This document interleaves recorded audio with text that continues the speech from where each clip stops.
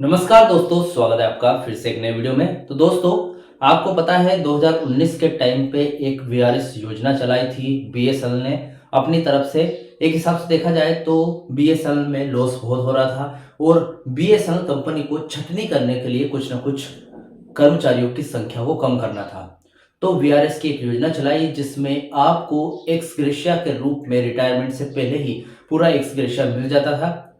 उसके तहत आप मानोगे नहीं, लेकिन पूरे बीएसएनएल में से 50% यानी कि आधे बीएसएनएल के कर्मचारियों ने वो स्वैच्छिक यानी कि अपनी स्वेच्छा से वीआरएस 2019 की जो वीआरएस योजना है उसको लिया था। ठीक है, यानी कि स्वैच्छिक सेवानिवृत्ति योजना को अपनाया था और इसकी वजह से कम से कम बीएसएनएल में से आधे कर्मचारी वीआरएस के तहत कंपनी से बाहर हो गए थे। अब इसको आप कर्मचारी की छटनी बोल सकते हैं, लेकिन ये छटनी इसलिए की गई थी क्योंकि बीएसएनएल लगातार घाटे में चल रहा था। अब आज के टाइम पे जब बीएसएनएल कभी बीएसएनएल को यहाँ पर आज के टाइम पे ये बोला जाता है कर्मचारियों की तरफ से कि हमारी थर्ड पीआरसी लागू कर दो, तो बीएसएनएल क्या बोलती है कि मेरे पास पैसे नहीं है, अभी नहीं करेंगे, जब बीएसएनएल ऑपरेशनल या फिर नेट प्रॉफिट में आ जाएगा तब थर्ड पीआरसी लागू करेंगे। तो जब 2019 या फिर 2020 में वीआरएस लिया था, आधे कर्मचारियों की जो सैलरी आपको देनी थी वो आपके पास बच गई, तो उस बची हुई सैलरी के पैसों से क्या थर्ड पीआरसी आप लागू नहीं कर सकते? जो कि देखा जाए तो पूरे 7,500 करोड़ रुपए बचे थे। थर्ड पीआरसी सिर्फ वेतन वृद्धि बढ़ाने के लिए 1,000 करोड़ से 1,200 करोड़ रुपए की जरूरत है। हाँ, थर्ड पीआरसी में जो एरर वगैरह है इन सभी को देने में कम से कम 8 से 10 हजार करोड़ का खर्चा है, लेकिन सिर्फ वेतन वृद्धि बढ़ाने में 1,200 करोड़ का लगभग खर्चा है। और जब वीआरएस 2019 कर्मचारियों को दिया गया था तो आधे कर्मचारी गए थे तो उनकी सैलरी इंक्रीमेंट वगैरह सब कुछ बचा है और कम से कम 7,500 करोड़ रुपया बीएसएनएल के पास बचा है, तो उसमें से आप थर्ड पीआरसी तो आराम से लागू कर सकते हो।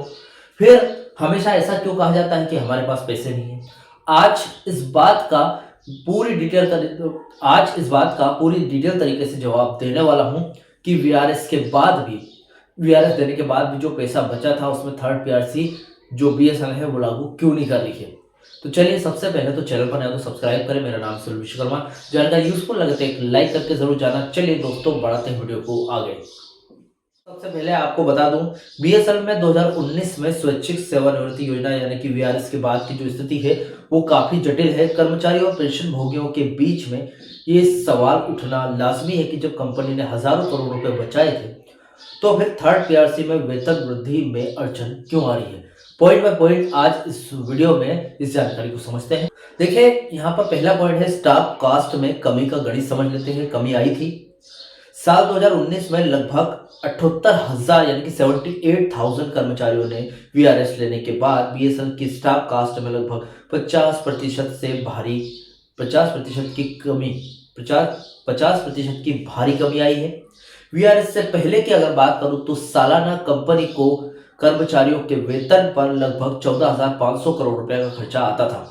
वीआरएस लेने के बाद की अगर बात करें तो ये जो खर्च है ये लगभग आधा हो गया, यानी कि 7 से 7,500 करोड़ रुपए के आसपास होने लगा, क्योंकि लगभग आधे कर्मचारी बीएसएनएल को छोड़कर चले गए थे वीआरएस की स्कीम के तहत।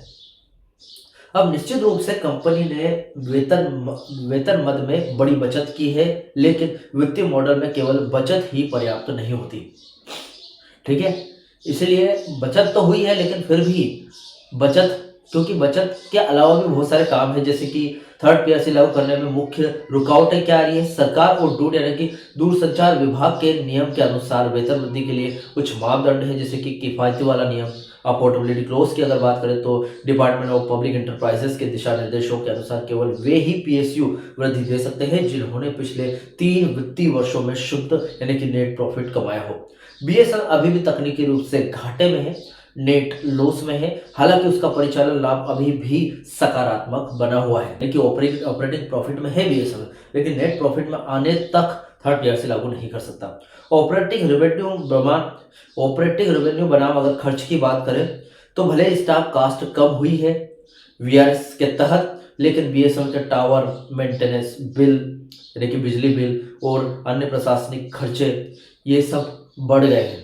साथ ही 4G रोल आउट में देरी के कारण जो रेवेन्यू है, राजस्व है, उसमें वृद्धि नहीं हुई है और उम्मीद से बढ़ के खर्चे हुए हैं। जैसा कि उम्मीद थी उतनी वृद्धि नहीं हुई है। तो देखा जाए तो जो वीआरएस का पैसा बचा था वो सब लुट गया भाई साहब, है ही नहीं अभी बीएसएनएल के पास। अभी देखिए क्या थर्ड पीआरसी के लिए पैसा पर्याप्त है या नहीं, इसकी बात कर लेते हैं। देखिए तकनीकी रूप से देखें तो हाँ, बचत इतनी है कि वेतन वृद्धि के लिए वित्तीय बोझ को संभाल सके। कर्मचारी यूनियनों का तर्क है कि स्टाफ की कमी के कारण मौजूदा कर्मचारी पर काम का बोझ दुगना हो गया है, क्योंकि आधा स्टाफ चला गया था वीआरएस के टाइम पे। अब बचाए गए 7,000 करोड़ में से केवल एक छोटा सा हिस्सा लगभग 800 से 1,000 करोड़ ही वेतन वृद्धि के लिए चाहिए, जबकि बचा कितना था 7,000 करोड़। हमें थर्ड पीआरसी की इंक्रीमेंट के लिए चाहिए सिर्फ 700 से लेके 1200 करोड़ रुपए के समथिंग चाहिए। लेकिन सरकार का रुख यह है कि जब तक कंपनी सस्टेनेबल प्रॉफिट यानी कि स्थिर लाभ की स्थिति में नहीं आ जाएगी, तब तक आधिकारिक तौर पर थर्ड पीआरसी लागू करना नियमों के विरुद्ध होगा। यानी कि बजट तो है लेकिन और भी पैसा चाहिए, ताकि कंपनी के पास से जब ये थर्ड पीआरसी का खर्चा हो तब कंपनी डगमगाएगा। पेंशनर्स के लिए स्थिति की अगर बात करूं तो पेंशन भोगियों का मुद्दा जो पेंशन रिवीजन से जुड़ा है। पेंशनर्स की पेंशन का भुगतान सरकार यानी कि कंसोलिडेटेड फंड ऑफ इंडिया से होता है, न कि बीएसएल के राजस्व से। तो हाल ही अदालती फैसलों और यूनियनों के दबाव के बाद सरकार अब पेंशन रिवीजन को वेतन संशोधन से अलग करने या फिर अलग देखने पर विचार कर रही है। इसमें 0% फिटमेंट या किसी अन्य फॉर्मूले पर चर्चा चल रही है, जैसे कि सातवें वेतन आयोग के 2.5% फिटमेंट फैक्टर पर, जो कि केंद्रीय कर्मचारियों को 2016 में मिला था। आज का ताज़ा अपडेट 2024 और 2025 के परिदृश्य की अगर बात करते हैं तो 4G और 5G रोल आउट में सरकार ने बीएसएनएल को पुनरुद्धार पैकेज यानी कि रिवाइवल पैकेज दिया है। 4G सेवाओं के पूरी तरीके से शुरू होने और जो कस्टमर है उनकी संख्या बढ़ने पर ही सरकार थर्ड पीआरसी को हरी झंडी देगा। 4G रोल आउट पूरी तरीके से हो गया तो कस्टमर अपने आप जुड़ेंगे, उससे बीएसएनएल नेट प्रॉफिट में आ जाएगा, नेट लॉस से बढ़ के, और उसके बाद बीएसएनएल प्रॉफिट में आएगा तो थर्ड पीआरसी अपने आप हरी झंडी मिल जाएगी, लागू हो जाएगी।